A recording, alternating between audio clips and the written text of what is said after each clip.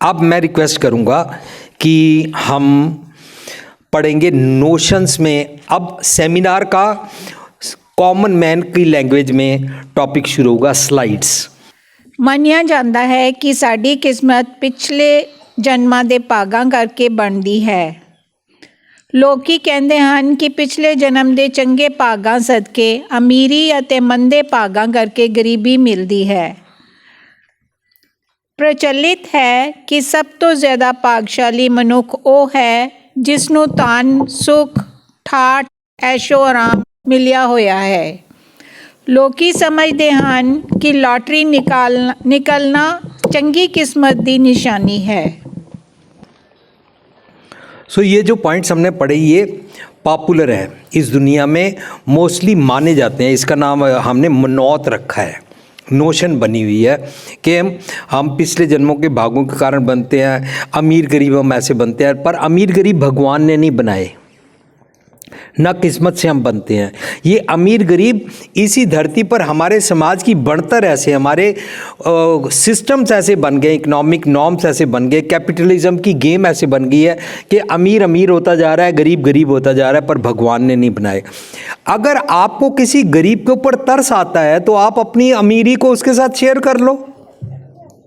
हम अमीरी को शेयर नहीं करते हैं, जिसकी साफ निशानी है कि ब्याह शादी पे और पार्टीज़ पे और अपने घरों के ऊपर हम एक्स्ट्रा वैकेंसी करके सारा खर्चा करके सारा पैसा वहाँ पर लगा देते हैं, पर अपने नीडी बहन भाइयों को, सिटीजन्स को, फेलो सिटीजन्स को वहाँ पर हम खर्चा नहीं करते हैं। और उसका नाम हमने रख दिया अमीरी गरीबी।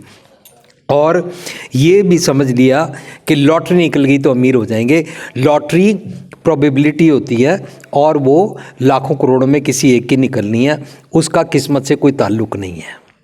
ये इंसान की बनाई हुई गेम है। So once we break this shell of saying कि मत्थे भाग होंदा है, then our inner power helps to write our own destiny. रवायतां पिछलियाँ पुरानियाँ रवायतां, पुरातन रीत रिवाज, कल्चर, पुरातन बना के और एक्सपेक्टेशंस और किस्मत को हम चेंज कर सकते हैं, तो हमारे को ये नोशन के बारे में बात समझ में आएगी। हाँ जी। ਜੇ ਸਾਡੇ ਨਾਲ ਮਾੜਾ ਹੋ ਜਾਵੇ ਤਾਂ ਲੋਕੀ ਸਮਝਦੇ ਹਨ ਕਿ ਮਾੜੀ ਕਿਸਮਤ ਜਾਂ ਪਿਛਲੇ ਜਨਮ ਦੇ ਮੰਦੇ ਭਾਗਾਂ ਕਰਕੇ ਹੋਇਆ।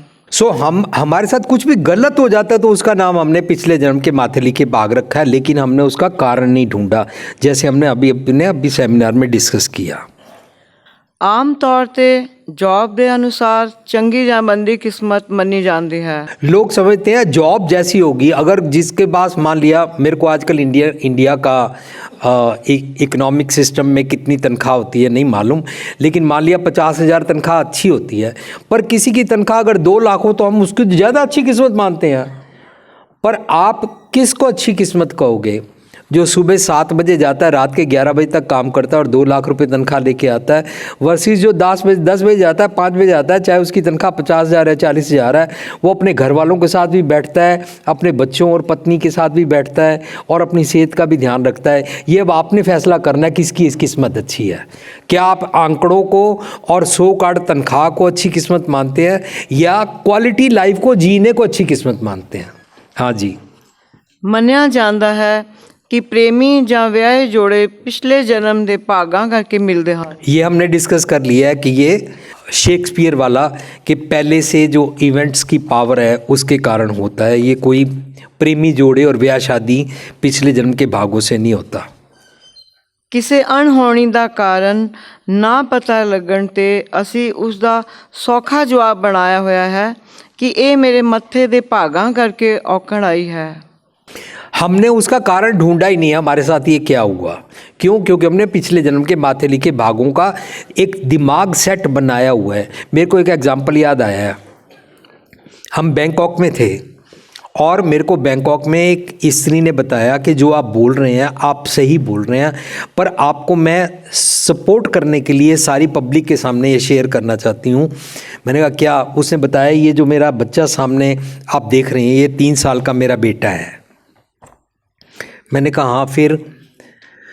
वो बोलती है कि जब ये पैदा नहीं हुआ था ड्यूरिंग प्रेगनेंसी 7वें महीने में मेरा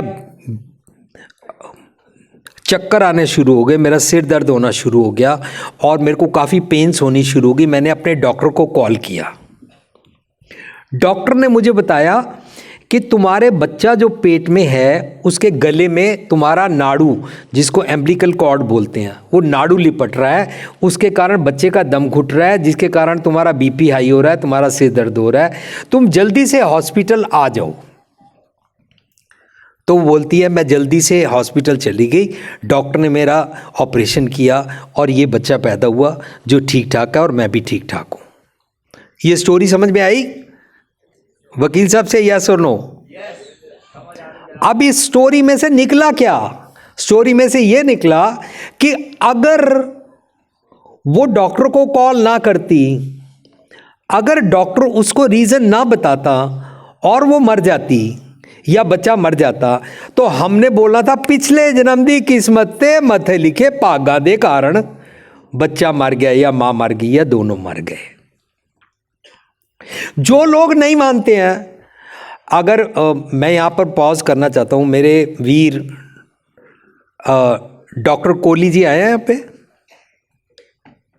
doctor Gurdeep Singh Kohli, Joy nursing home. कल उन्होंने मेरे को बोला था कि मैं सेमिनार में आऊँगा, पर यहाँ पर मैं उनसे पूछना चाहता सबके सामने कि कोई भी मरीज़ आता है, आप उसको डायग्नोज करने के बाद पिछले जन्म के मत्थे लिखे भाग पे जोड़ देते हो या कारण ढूंढते हो? आप लोग बताओ। कारण ढूंढते हो ना? तो डॉक्टर कारण ढूंढता है कि कुदरत के नियम सिस्टम में इसके शरीर के अंदर बायोलॉजिकल क्या गड़बड़ हुई है, तो वो कारण ढूंढता है, उसके लिए दवाई देता है या फिर सर्जरी करता है। तो वो जिस स्त्री ने बैंकॉक में मेरे साथ शेयर किया था, अपना 3 साल का बच्चा बताया कि ये पैदा हुआ और हम ठीक ठाक हैं, उस स्टोरी का मकसद यही था कि अगर हम कारण ना ढूंढें और किस्मत के मत्थे लिखे भागों के साथ इस टॉपिक को जोड़ दें, तो हम दिनों दिन बैकवर्ड होते जाएंगे और अपने कॉन्सिक्वेंसेस से हम दुखी होते रहेंगे। इसका मतलब जो जो मॉडर्न होते हैं, जो जो हम विवेक बुद्धि लेते हैं, तो हम कारण ढूंढते हैं कि ये क्यों हुआ। कारण ढूंढने से पता लग जाता है और कारण ढूंढने से मत्थे लिखे किस्मत के भाग वाला जो चैप्टर है वो अपने आप खत्म हो जाता है। अब एक बच्चा माँ ने दूध पिला के सुलाया और माँ दूध पिला के सुला के उसको किचन में काम करने चली गई। बच्चा 3-4 घंटे सोया रहा। जब माँ वापस आई तो बच्चे का सिर आधे से ज़्यादा ऐसे गोलाकार शक्ल में गंजा था। माँ ने पापा को फ़ोन किया, हमारे बच्चे का ना सिर गंजा है, अभी मैंने 10 बजे इसको दूध पिला के सुलाया था। अगर माथे लिखे भाग किस्मत के साथ जोड़ा या उन्होंने उसके साथ जोड़ दिया तांत्रिक का बनाया हुआ फंडा, इसको किसी ने कुछ कर दिया है, कोई भूत प्रेत चमड़े आया है, कोई गंदी रूह चमड़ी हुई है, कोई जादू टूना कर गया है, कोई गड़बड़ कर गया है, तू ध्यान रखा कर। अब उस माँ ने पता है क्या किया? उस माँ ने ढूंढना शुरू किया। उसने भूत प्रेत या कोई कुछ कर गया है पर बिलीफ नहीं रखा। उसको मालूम था सारे डोर्स लॉक हैं, अंदर तो कोई आया ही नहीं, बाहर बैठा कोई कुछ कर ही नहीं सकता। उसे मन अपना स्ट्रांग बनाया और कारण ढूंढना शुरू किया। बच्चे के सिर के ऊपर तेल लगा हुआ था और जहाँ से उसके बाल निकलते हैं वहाँ पर सिकरी थी और वहाँ पर कॉकरोच आया। कॉकरोच ने उसके सिर से बाल खाने शुरू किए। कॉकरोच के 2 ऐसे बड़े बड़े बाल होते हैं, उससे उसने बालों को काटना शुरू किया और कॉकरोच बालों के समेत कॉर्नर पे बैठा हुआ था।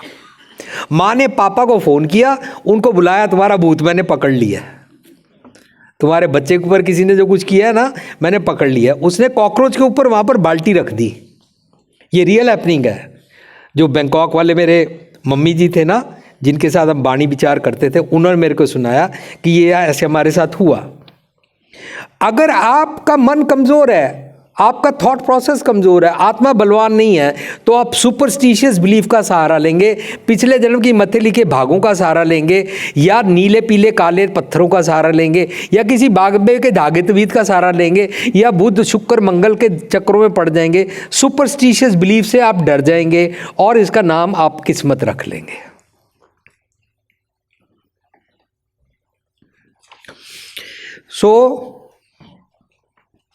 अनहोनी का पता लगाना ज़रूरी है, ये पिछले जन्म के मत्थे लिखे भागों के कारण नहीं है।